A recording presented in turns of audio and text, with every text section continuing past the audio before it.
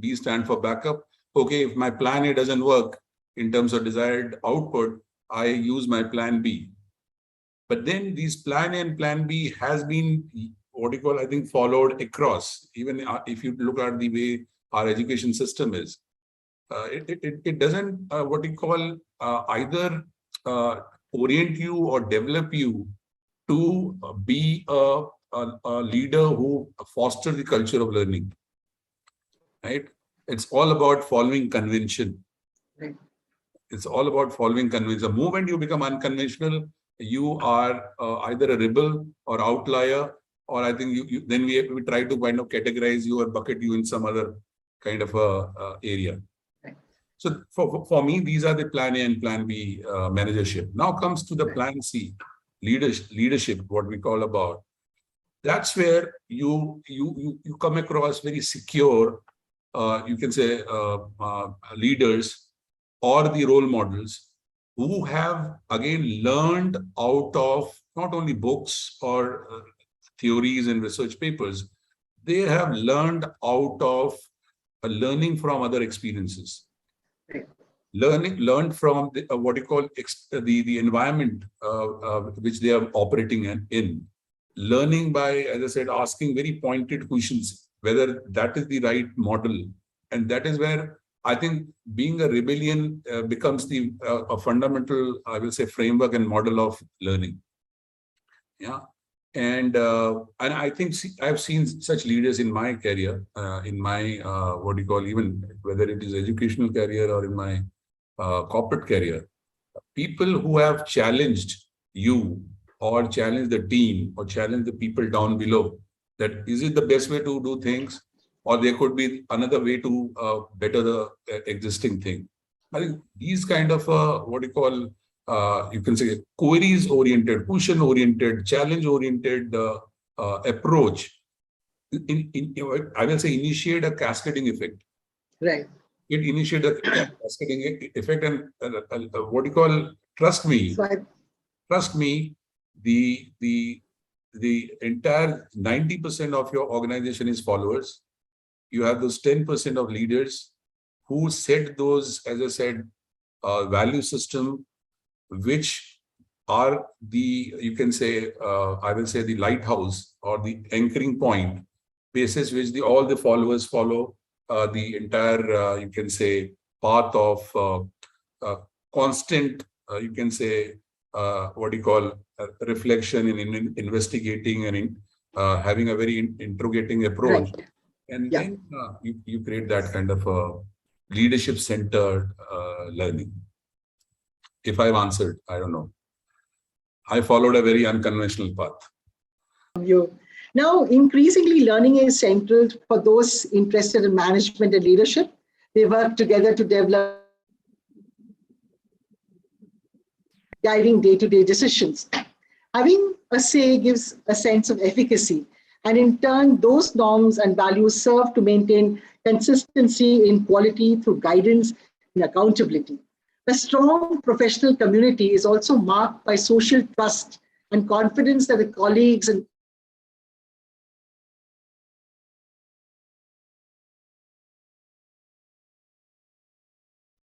I'm sorry, I'm not able to hear Dr. Meenakshi. Is everyone able to hear? I think her system is stuck, it seems. Yeah. I think her network is giving her a problem, I suppose. There's a network challenge, Yes, network challenge.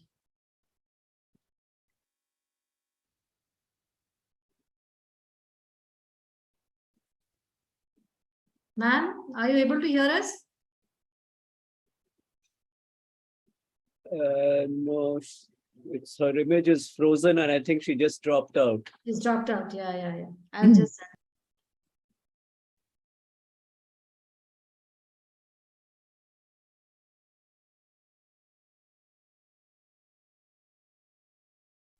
Can you hear my question, Nagmani? Yes, ma'am, we can hear you. Yes, ma'am, we can hear you now. Yeah, we would come back online. Yeah, so I was talking to Mr. Lakshminarayana about building trust and dialogue for learning. Can you answer that question? You'll have to repeat the question. I don't think I got the question. I think we Okay, lost you for sorry about. I'm talking about collective norms and practices of values and day-to-day guiding decisions. So a strong professional community is marked by trust and confidence and the colleagues who are competent, honest, and committed. So how do organizations, like how does your organization deal with trust and dialogue for learning? How do you initiate that? Or is it like it's part of the dialogue, like, okay, your history lessons and connecting with rituals and connecting with meaningful practices? How does trust, because it's so important, like you said, there is a choice between good and good. So how do I make that choice? How do I build trust and dialogue with my subordinates, with my team? And obviously here we're talking about leadership, which is probably more democratic than otherwise. So Yeah, what would again, your take be it's a building great trust? question. Yeah, it's a great question, and I think this is a goal that all of us in organizations who want to build great organizations try and do that. I'll just share a couple of experiments we have done, and first of all, I think it has to start. I think Professor Sahay talked about it. It has to start right at the recruitment stage. Are you getting in people who have that openness? He talked about in the academic thing, but I can also tell you it's no different. I'm sure all of our experience in any sector, saying that there are some people who are naturally not collaborative in this environment. Maybe there's another environment they will thrive, but some people are each thing. So you got to make sure that we do that. As far as openness and the building of the trust is concerned, a few years we did a very interesting experiment, which is that in our organization, the interviews are not hierarchical. So for example, it's not that the first interview is taken by the junior person, then somebody else, then somebody else, then the head of HR, then the functional head, then the CEO. Very often the interviews happen across at different levels.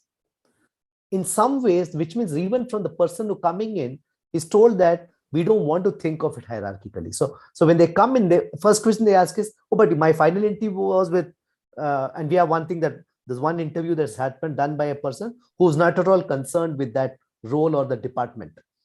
So he had nothing. So how does it work? And we said, no, all interviews are taken in and the inputs taken and decision is made. So it was an experiment to just drive home a message that we don't want to think that while there is a respect for an individual, there's no respect for a hierarchy. Okay? There's the thing. So and the second thing, because in this mode everybody's inputs comes in together, the input of let's say the first person in the screening to the last person from a seniority point of view is all taken together. That again tries to build a culture. I talked about in our investment team what we do about history. Very often in a typical firm, you would say that, okay, a work like this, you have to start with the junior most youngest team member will read whatever, a Russian history and kind of present. We did a study on Ukraine when the Ukraine war broke out. We did a study of Russian history. We said, no, that was a research done by the senior most member of the team. So, and then presented. So first of all, the idea is to give up space for everyone to express them. So it starts at the recruitment stage. Then you provide ways for everyone to express themselves. Third, you've got to give a feedback. In fact, I very early on in my career, I had a situation where in an open house, I made a comment to the senior most leader in our organization. And he came back to me 1 week later with his feedback on my comment, saying, this is a suggestion you gave. It will work or not work for this is the reason. Again, that kind of a stuff starts. So a lot of it, I would only submit is about how you behave, how you do that. And when you do this, not by chance, but as a process, then you institutionalize trust. Again, we have seen in organizations that there are some leaders who are trusted. They are the go-to people. There are some leaders who know exactly when their team member is looking for a job outside or doing something or not happy or they have a problem at home. and some leaders seem completely oblivious to it. What makes a difference? Part of it is personality. So when you think, step back and look at it and say that, what if I want the whole organization to become like that? Then you start institutionally against a lot of small behaviors, and you start practicing it. I think that's the only way. And the final thing, and I've learned this from some schools, thing, is that you have a constant, clear channel of communication, and the communication is not just a simple two-way. It's often a circular communication. It's a what I call a community communication, where everyone sits together and talk to the extent possible, so that shows that everyone's getting the same thing at the same time. So you imbibe some of those into your internal organizational processes. So then I think you can start building toward trust. But this is one of those, this is one of those McInnes gold moments when you keep searching for that golden solution to this problem. It's not an easy one. Right. Wonderful, Mr. Lakshminarayan. I really like this circle of trust with communication, because the more you speak out and express yourself, you're able to bring in the transparency that you're expecting, and that will slowly build the trust and make it the norm of the organization. That's really wonderful. We're like running short of time, so I've got a very nice question over here. And in the last decade or so, research has been talking about distributed leadership.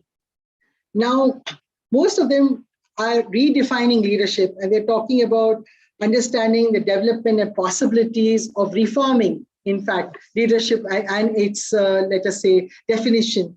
We are learning leadership to share responsibilities as they build a team, so that they take responsibilities and improvement, and professional learning communities that are developed by continuous growth and the development of culture. So we're talking about leadership as a learning social participation that shapes not only what we do, but also who we are and how we interpret what we do. So how does this paradigm shift in learning relate to changes in leadership learning? Professor Sahay? So actually, if I may, Meenakshi, I just want to pick up on one part of what Mr. Dr. Lakshminarayanan was talking about. Sure. Where he talked about this whole business of not by chance, but by process. Right. And I just wanted to share one example about the learning outcomes that get enhanced. So one of the things, for example, that we have practiced for a long time is an open feedback mechanism. So not only do students give us feedback as teachers, but that feedback as a teacher is open to all my colleagues. It does not matter whether the colleague has joined yesterday or has been around for 30 years. Each one of my colleagues knows how Arvind Sahay has performed on this class in this year and has done just now. So that puts an incredible amount of pressure on everyone to perform, and almost automatically pushes people to try and give their best in the classroom. It's a very small thing, but not very usual, because when some newer colleagues joined a few years ago, some of them were uncomfortable with the fact that this particular feedback belongs to me. Why should it be visible to everyone? But that very fact of visibility makes it so much more salient in everyone's mind, and there is an incredible amount of peer pressure and discussion about who did how well and so on, and so then it gets kind of baked into the culture. And you said about distributed leadership and learning, the present question that you have, the social context of that learning. So in a sense, this process provides that background social context, or it's almost as if your social capital that you're building up within the institution as a teacher, as a leader, and even the leader is confirming to the same openness and transparency of the feedback, makes it almost inevitable that not by chance, but by process, the effort will go into that learning process. The values will get strengthened because people will behave in a certain way, and behavior then ultimately over a period of time creates, sustains, and rejuvenates that value of putting effort and valuing learning as a process and outcome. So wonderful, Professor. I think basically we're talking about how it's more about the process than about the product, and how leadership at different levels, and the feedback mechanism. And then I also like what Mr. Lakshminarayana said, that when you're talking about recruitments, it can be across the team, across the group, about everybody expressing and communicating themselves. And I think now we are talking about leadership and responsibilities and how you build a team. So it become a vital concern for those interested in management and leadership, how to engage in conversations at a deep and rather than a surface level, how to work together to develop and redefine the collective norms and practices. So my question is, and this is for all the three of you, why is learning relevant today? How are you driving as individuals in your organization to build leadership? Because you're already there at leadership positions. You're already in charge of so many people below you who are subordinates, and probably let me talk about being a team. Yet, because of where you are, how do you see that you are building an institution and you're passing the baton on with the right values and the commitment and the concern for the organization, for the desired goals of the organization? So I will start with Dr. Sanjeev, and then Mr. Lakshminarayana, and then Dr. Sahay. Could you please put your thoughts together on telling us about how learning is relevant today, and how are you doing it in your own individual capacity? How are you building that? I think, again, from an unconventional perspective, not only relevant today, it's been universally relevant. Learning is, again, as I said, from a philosophical standpoint, is a continuum, and I think that sounds very nice for the intellectual audience. From a corporate perspective, I think we are more in terms of I will say a very practical and outcome-driven learning, because we always look from a perspective of ROI. We always look from the perspective of what are the tangible outcomes which is impacting the business, because we are not in the business of learning, but we are in the business of the entire impact the learning is giving to the overall organization deliverables, right? So learning becomes one of the most important, I will say, enabler, which then, as I said, become dovetail to your overall, I will say, organization growth vision. Then further that translated into the overall, I will say, the learning strategy or the business growth strategy. Learning is a strategy again from that perspective. And then further, what are those, as I said, the core values and the behaviors, which then becomes the, as I said, part of our way of working as an organization. And across the organization I've worked, the core part of this entire learning perspective was how it becomes all like a dynamic, relevant learning, more from the point of view of just in time. That's very, very critical.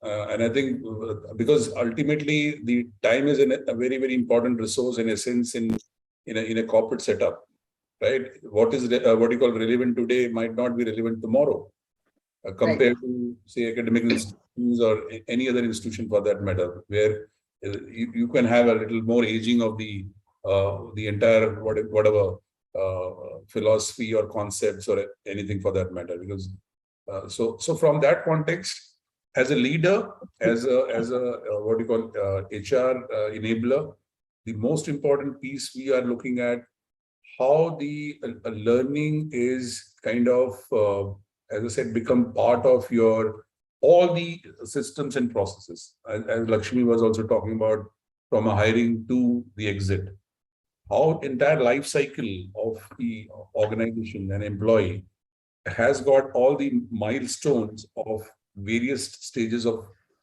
you can say, whether it is called functional learning, whether it is technical learning, whether it is behavioral learning, whether it is leadership learning, whether it is of environment learning. all aspect of learning is kind of become part and parcel of the what do we call the role profile, or the KRs and KPIs, the entire review mechanism, and even from the perspective of the growth.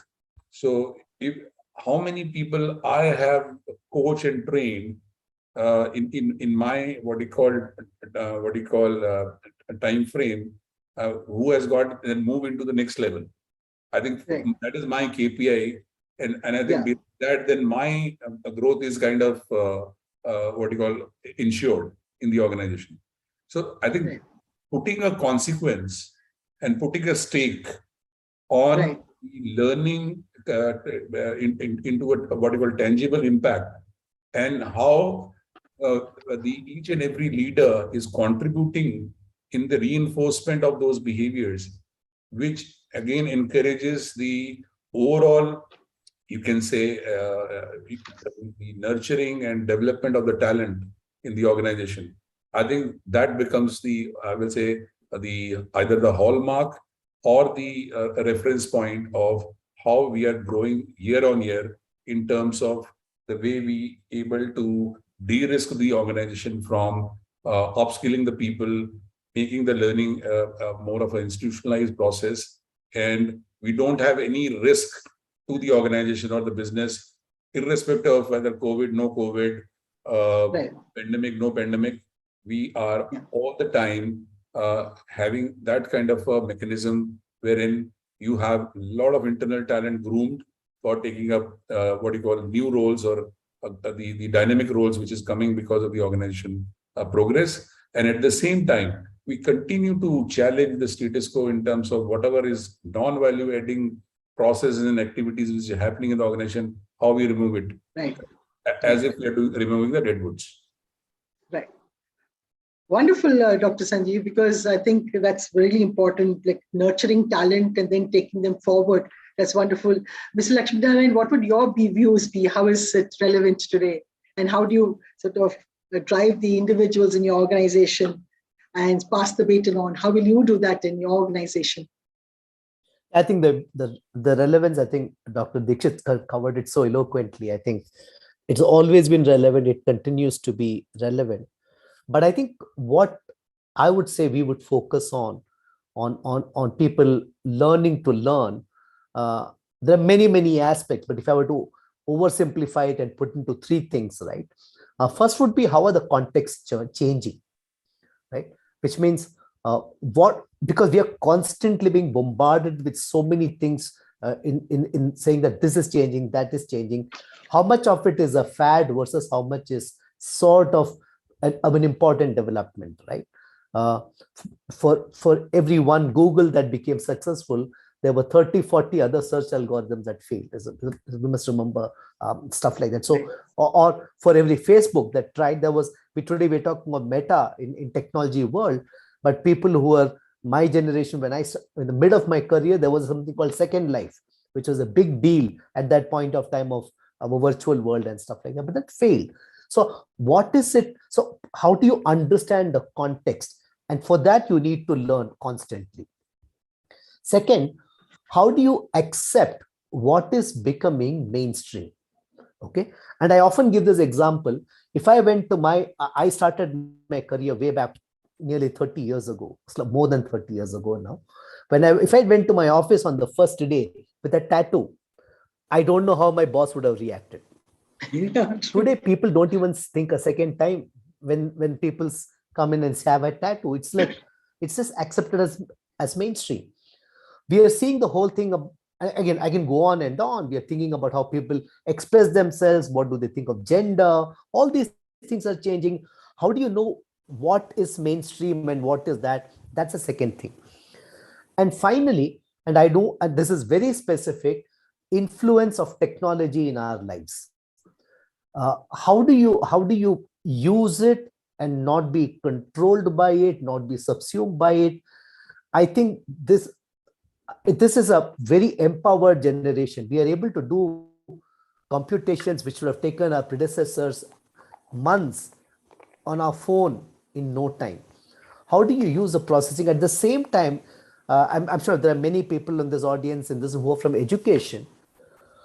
There was so much emphasis on passing on information in education maybe 50, 60, 70 years ago. Today it is so much more on perspectives. It is on using that information and stuff like that. So the three things, again, to summarize, that's what I would focus. That's what I would focus on. That's what we would focus on. Wonderful. I think what's really coming out here is how we are learning constantly, and like to differentiate between fad and what is an improved development alongside. Professor Sahay, what would your take be? Because in an academic institution, how do you develop individuals? Because the professor stays in his position for many, many years. How do the next generation, how do you instigate, how do you sort of develop new professors just like you, because you were the best professor award, so many 50 thinkers. How do you initiate the dialogue between those students in your class? Let me start off with that relevance of learning. We wouldn't be having this whole conversation unless this was a relevant question to ask, right? How can we improve the process of learning? And I want to go back to something that Dr. Sanjeev mentioned right at the outset. The day that we can make learning as a way of, ritualize daily operations almost, right? Yes. That will be the day then we do not have to think about learning. It is happening on an auto mode. But we are very, very far away from that until the time that perhaps we can implant chips in the brains of people that makes learning almost automatic. And if Elon Musk has his way, then maybe in the next 5 or 10 years, that may well happen. Who knows? But till such time that happens, I think we are stuck with trying to figure out ways and means to improve the learning process. And ultimately, I would just submit to you that it goes back to the point of an internal set of values and the compass that you use to drive yourself. So for us, it's about a learning process as a professor, as a corporate leader, as an NGO person. It doesn't really matter these days. You have to keep reinventing yourself, right? When I came to IMA, I was teaching the pricing course. Then some years later, I started the neuroscience and consumer behavior course. And some years later, now there is the advanced customer insight course where we combine anthropology and big data and neuroscience. And very recently, when I started looking at an application area, which is fintech. So over the last 18 years, there are 4 or 5 different areas where one has learned new things. As the chairperson of India Gold Policy Center, I now know so much about gold as an industry, as a product, and was able to help with the setting up of the International Bullion Exchange and so on. So the question is, how does one keep reinventing oneself? And then this goes back to the issue of values, about recruitment, about processes that both my co-panelists have been talking about, and about that transparency and the willingness to achieve feedback and putting in place that process that automatically makes sure that certain behaviors are engaged in.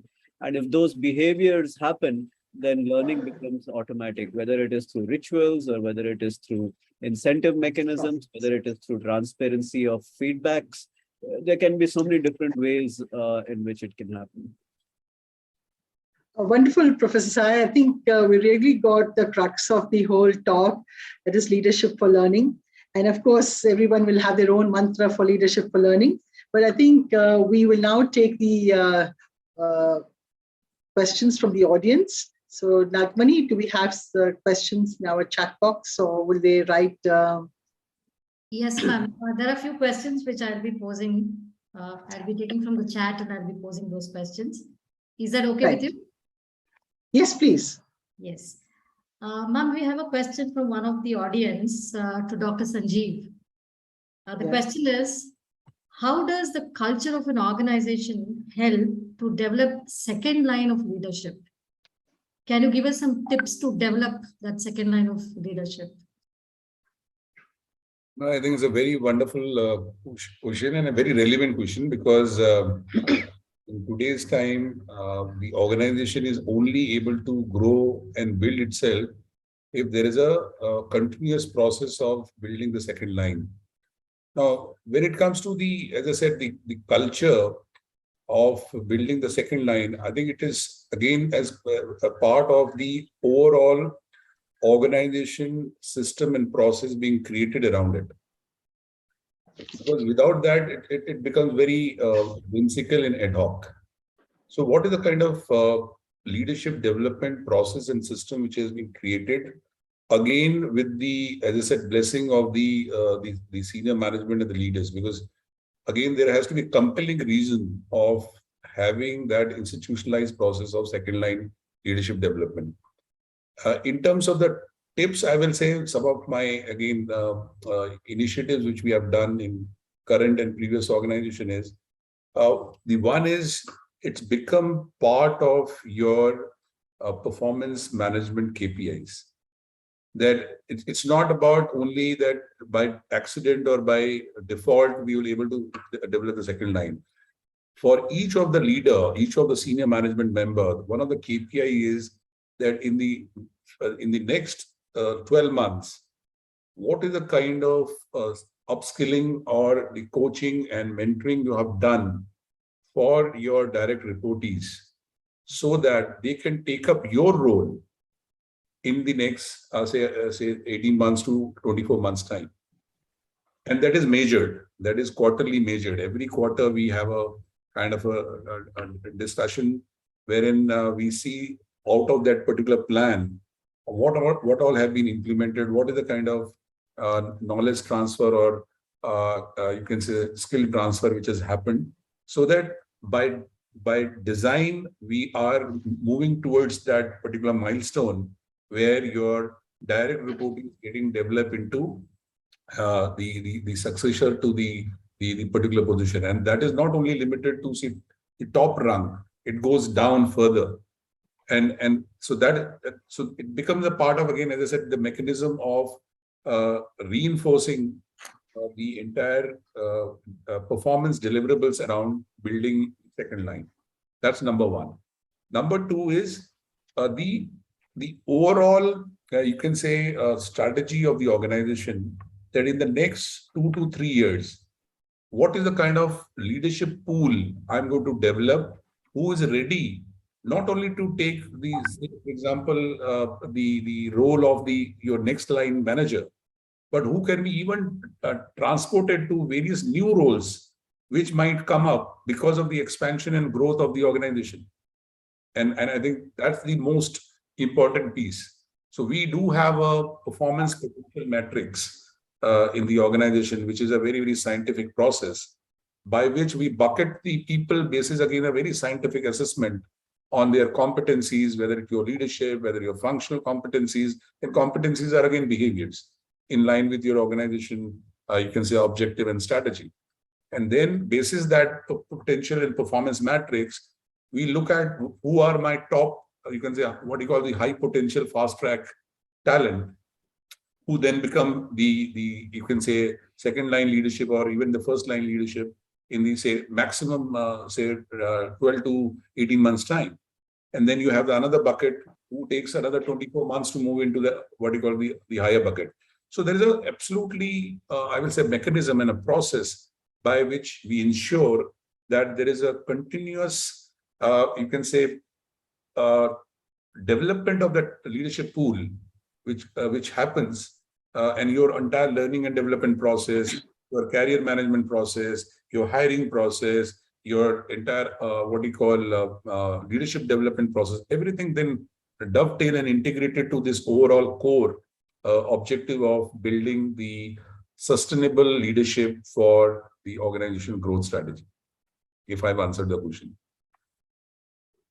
Thank you so much, Dr. Sanjeev. I have another question, and that is for Dr. Lakshminarayana.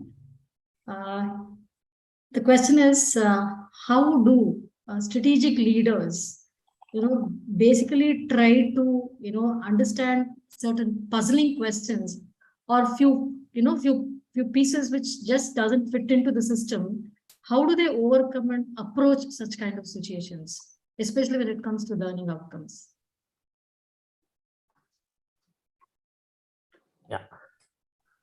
Well, I guess this question itself is one of those. It's a fairly fuzzy but complex question. I think the best again. I'll attempt an answer. I don't know whether it will satisfy the questioner, but they can always come back on the chat if it doesn't.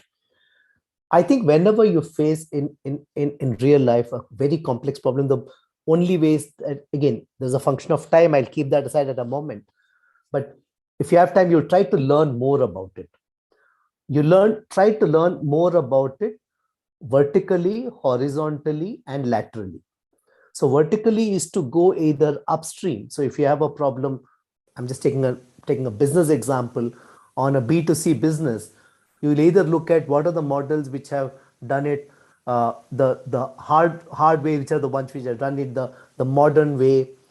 Horizontally, you look at things which are from other industries. So for a long time, the leadership training institutes in many companies in the early years of IT industry learned from some of the best education institutions in India as to how do they run their form. So you understand it. You may not get an exact answer, but you will get a sense. Okay. Third thing is you learn laterally, which is you look at something completely unrelated. So do you learn from sports? Do you learn from, like I said, history? Do you learn from the social sector? How do villages and communities solve certain problems? So you look vertical. You learn as much as possible. Beyond that, it is a function of your experience, expertise, and of course you will talk to your team, and you have to take a call on that. So my submission is that you have to learn as much as possible, and beyond that you have to take a decision, because I think the most important characteristic of any leader is the ability and the willingness to decide and take action.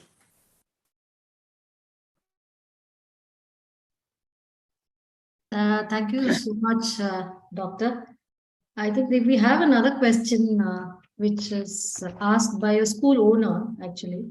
She says, what are those few vital evidence-based strategies which we need to get right as an organization?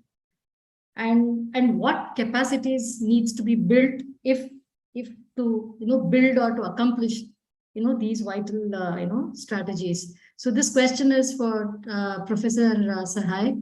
Sir, if you can answer this question. I'm not sure I'm qualified to answer this. I do not have much direct experience with schools. I can answer much more for higher educational institutions. But if I can take a stab at it, evidence-based strategies, essentially one has to look for data. Human beings are unfortunately configured to not look at data. We just look at the spikes in the data rather than the data as a whole, because that's how our brains are configured to look for extremes, contrasts, and so on. So a very relevant question in the sense, evidence-based strategies, right? So what are the kinds of evidence that one needs to gather to build schools or higher educational institutions? What is the kind of quality that you are delivering in the classroom? And student feedback is one reasonable way of getting it. But please remember that student feedback should not be the only way to measure quality, because many times students will not know what is the meaning of quality, and sometimes the ratings can also reflect simply their like or dislike of a teacher. What is the quality of the facilities that you are providing to the students that helps them to develop in other ways? We now know, for example, that physical activity, games, STEAM games, are critical to the mental development and emotional development of students. And so is the school providing enough avenues for physical exercises, games of different kinds that allow the full development of the brains of the students, of the children? This is as true at the age of 3, 4, 5, 10, 12, 15, 18, till the brain is fully developed, which does not actually happen till around 25 years of age, when the executive command centers of the brains have reached a stage where we can say that this is a fully functioning human being, if I can put it that way. So that would be another bit of evidence. Then who is the audience that I'm catering to? What is the kind of education service that I want to provide? What is the level of education and the quality that I'm aspiring to? Our country has such a large need for education that I can choose to provide many different levels of quality of content, that there is a good market for. And so I need to make careful choices in my area, in my geography, where is the larger demand? Because if everyone starts offering the same plain vanilla set of educational outcomes, then how is it that I'm different? What is it that I'm providing that's different from other providers? Because ultimately, if there is something that I'm providing that is different for the child's outcomes, then that will appeal to a set of people that are interested in those kinds of outcomes. And I will then have a unique proposition, a unique set of benefits that I'm providing from a learning outcome perspective for the students. So just some thoughts that I've kind of strung together for in terms of the question, but really, I probably Meenakshi Balakrishnan is much more qualified to answer that question than I am. Not at all. Thank you, Professor. That was wonderful. And I would now like to ask Vijay Rajgopal. Vijay has a question to ask. So, Vijay, can you ask your question? Yes, ma'am. Thank you. I would like to address this question to all the panelists. I know we've been speaking at length about learning and leadership in a very positive sense. However, the reality of institutions, corporate houses, industry is that what qualifies as learning today is constantly shape-shifting, right? And what is useful knowledge today doesn't seem to be the case tomorrow. So my question is, how do the leaders deal with the irrelevance of knowledge? And do they really need to deal with it in order to move ahead? Anybody? I mean, it's open to the house. I think. Let me dive in with some trepidation over there. How do leaders deal with the irrelevance of knowledge? So knowledge does have a shelf life, for example, but I think what does not go away are some critical skills that one needs to learn. So, for example, the skill of critical thinking. Stanford had this whole curriculum review, the Stanford MBA program a few years ago. And ultimately, they came around and said that what we would like to teach our students is the skill of critical thinking, which, by the way, people have been doing in different ways at many institutions, the case-based learning at Harvard, at Ahmedabad. That's what one teaches, critical thinking. So there are some things which will remain evergreen. You could argue that, one of these days you have a quantum-based artificial intelligence and that can do critical thinking and everything else that a human can do, but hopefully we are still some distance away. In terms of content that becomes outdated, that's an occupational hazard of learning, the learning process, right?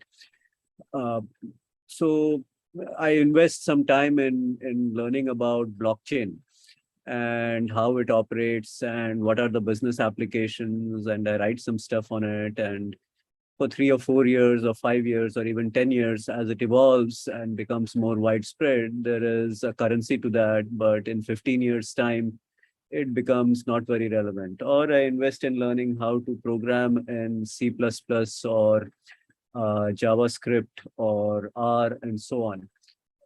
And the shelf life of one of these is a lot less, the others are a lot more.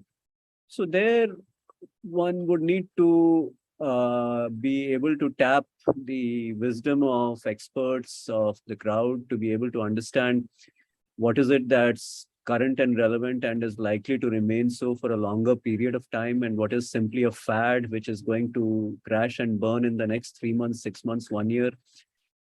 And they're good experts, teachers, leaders are really worth their weight in gold, because they bring a perspective about technologies, about skills, which are more likely to be around for a while versus what is less likely to be around for a while, and so on.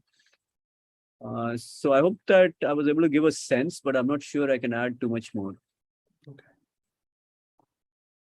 Dr. Sanjeev, would you like to comment about? Yeah, so in today's world of internet and Google, I think there is no dearth of information and knowledge. Now, if you have to kind of categorize them into relevant and irrelevant, I think it is very, very unique from the perspective of the utility of the individual or the team or the organization in line with the objective. I think the way we do the entire filtering of the knowledge in terms of relevant or irrelevant is what is the objective it is serving. That's simple. Otherwise, everything under the sun is the knowledge. But then again, if you try to link it with from the context of what is the unique objective it is serving to you or your team and the organization, that's where the filtration happens. That's number one. Number two is ultimately what is the goal of acquiring this knowledge? The entire goal of acquiring this knowledge is moving the entire maturity scale of applying that knowledge, which becomes skill. And then the way you apply that skill with a kind of a disposition, which make it a competence.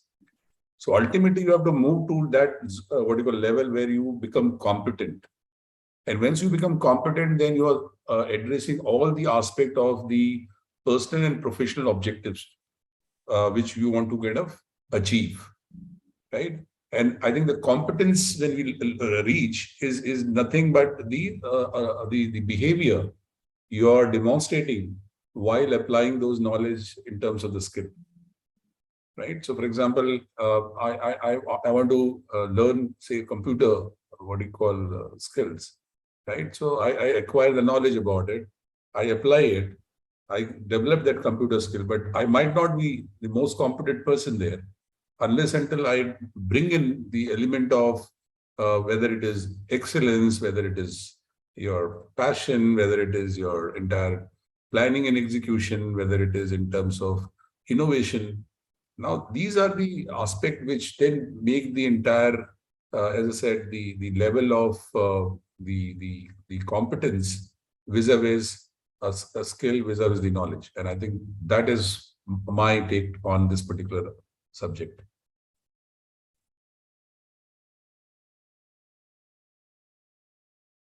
I think Mr. Lakshminarayana is. Yeah. I was keeping silent long enough so that people will forget me, because I think No. Professor Sahay and Dr. Dixit, you've covered a lot. Till the panel discussion is on. Yeah. No. So I think they're both covered it, and I think I like both the perspectives. And if I may sort of only say, I like the whole thing about you can again, it's human nature is to want to categorize them into simple buckets, right?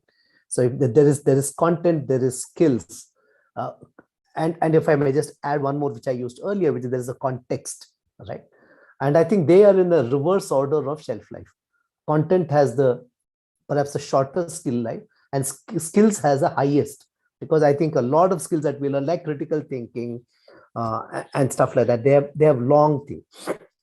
Context change depending on the business environment, social environment, regulatory environment, and so on and so forth.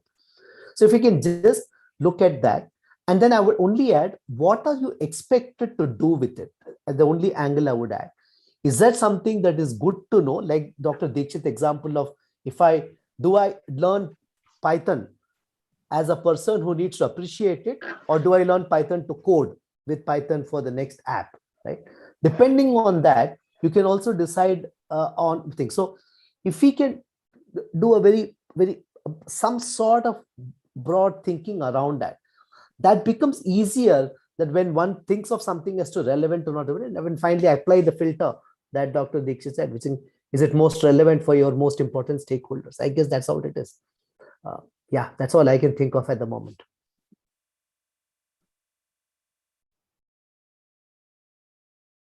I think with that, are there any more questions, Nagmani? Or we could take the questions and we could send it to our panelists and they could send it across. Yes, ma'am. There are questions. I think we can take it to the panelists later because the time is right. Can you please do the vote of thanks?